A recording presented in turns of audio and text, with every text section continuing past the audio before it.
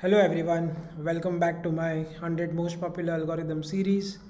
In this particular video, we are going to take a look at lead code problem number 22, which is generate parentheses. It's an extremely popular backtracking algorithm, very popular as you can see with the number of likes, 7,000 people, and it's a medium categorized problem. So the problem statement goes like this. We're given n, which is the number of pairs of parentheses opening and closing that we want. So the n is 3. So we in our string we can have 3 opening and 3 closing parentheses, but we need to generate these strings which are well formed parentheses.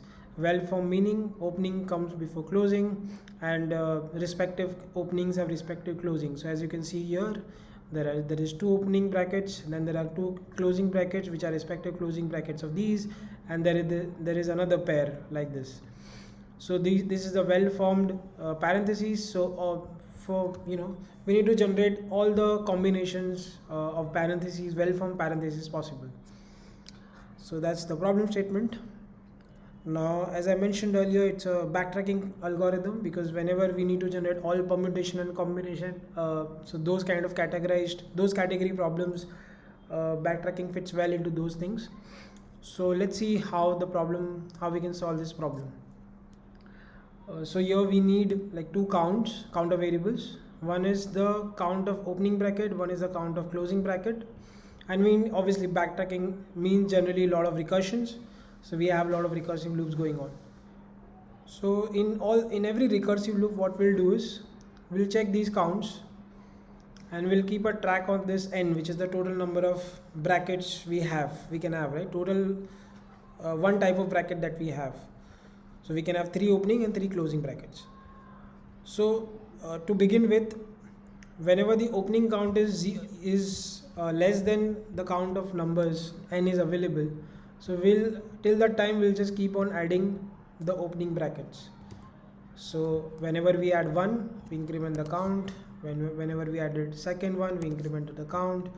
Whenever we added the third one. So by the way, all these things are happening in 3 different recursive functions. So first, second, third function, and the count is 3.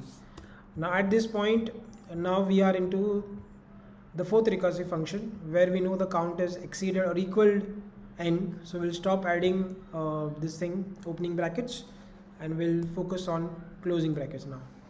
So then by the time closing brackets is less than opening bracket, we will keep on adding closing brackets and increment the count. So by the time this equals this, we will keep on adding closing brackets. We'll add this, we'll make it this. So as you can see, opening bracket count is equal to n and closing bracket count is equal to opening bracket count, and we have a well formed parenthesis.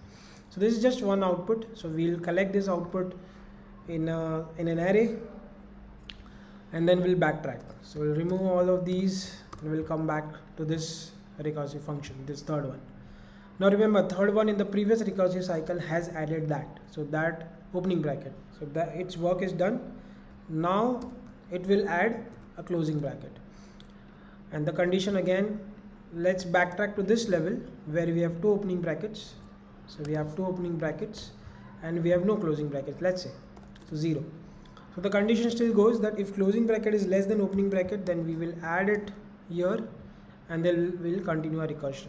Then in this recursive loop, we'll attempt to add first opening bracket, then closing bracket, and then the closing bracket. So like this is how the recursive functions logic goes by and large. So let's convert this into code. So in backtracking, it's a typical skeleton. So we need one backtrack function which will do all the heavy lifting. It will do all the recursive calls. Our main function task is like very simple. It will have one output where like all these strings are collected. So output will be an array. It will call this recursive function. Okay. Now there are a couple of things, there are multiple things that this function needs. First, it will need a current string, then open bracket count, then close bracket count, then n itself, n is the number of brackets that it can have, and lastly the output where to collect all the data. So then this parent function will pass the initial conditions. So initially we have no output, so that empty string will pass as the current this thing. There are no opening brackets, there are no closing brackets. N is the number of bracket that we can have, so we can pass that, and then we can pass the output.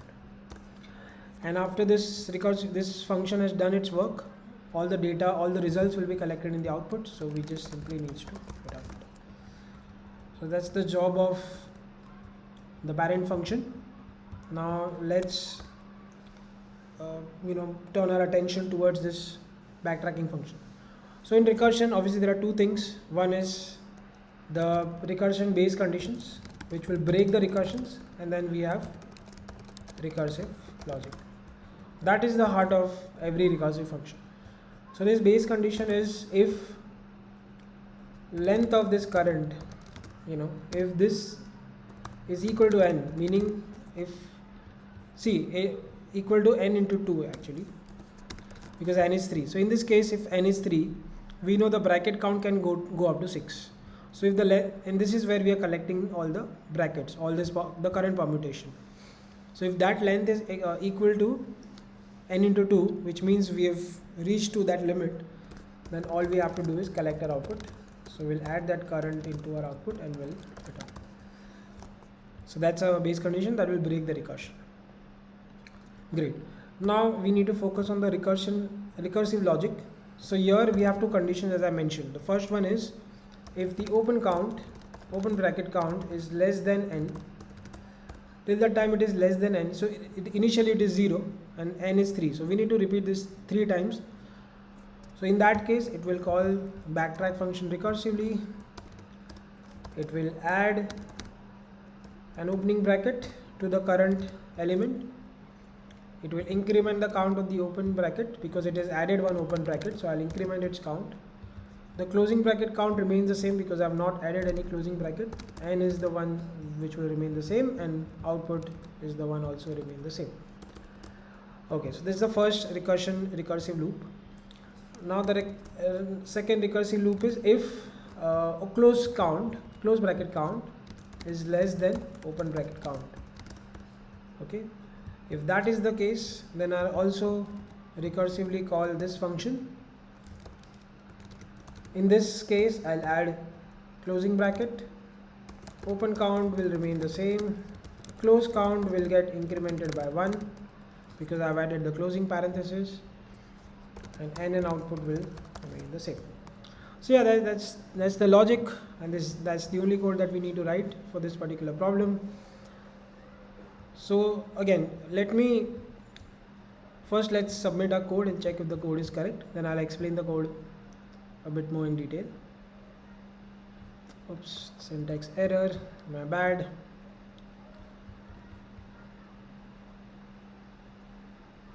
Yeah, it worked. I tried for 5, let's try for 3, which is this example that is given to us. Yeah, it worked. Let's try for 1.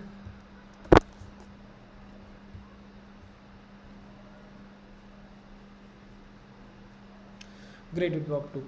So again, the logic, it's let me explain the logic again, because with the code present in front of our eyes it will become more clearer. So let's see, we started our backtracking here where the string is empty. So that is what we have, right? Our string is empty at the moment. So we have the count as 0, n is 3. So when we come here, obviously the length is 0, so this will not break, it will continue here. The open count is 0. So 0 is less than n, so which means we'll go here, we'll add one bracket and we'll increment the count, open count. So we have essentially added this bracket, we've incremented the open count. Now we are back in the another recursive function because we are calling the same function again. In that case again, the count is 1, so less than n. So it will add another bracket and the count will be incremented to 2. And the third recursive function will add one more bracket and count will be incremented to 3. Now in this case, when the count is 3, when the count becomes equal to n, now in that case this function will not get run. Instead this function will, the control flows here. So in the third recursive function, after adding this, the control now moves here where we will now add the closing bracket, because the condition is closing count is less than open count. So closing count, we have not touched anything, we have not for the closing bracket, so this count is still 0. If this 0 is less than 3, which is the open bracket count, then we'll add this. So that way all these things will added and the close bracket count will become 3, and at that point this first string is completed and the length of this becomes 6, and that gets appended. And then the backtracking starts. So after 6 iterations the backtracking will start, and then somewhere down here, so all this will backtrack, all this will get removed from the string, and the control reaches here. And in the third recursive call, because remember that has added this now, so the third recursive function has added this, so that will return, but then it will again proceed, the control will flow here and it will add this closing bracket instead. So then it will add the closing bracket, and then again the recursion starts. So that's how the logic goes. We've already tried with few examples, so let me submit our code. Yeah, so that it was accepted. So that's how we solve this problem. It's a very, very interesting problem. Backtracking is one of my favorite category of problems, so hope you practiced well. With practice, with more and more practice, you'll get used to this backtracking. It's the same template everywhere. So yeah, that's how we solve this problem. Hope you like this coding challenge. For more coding challenges, stay tuned to my channel, and I'll see you in the next one. Bye.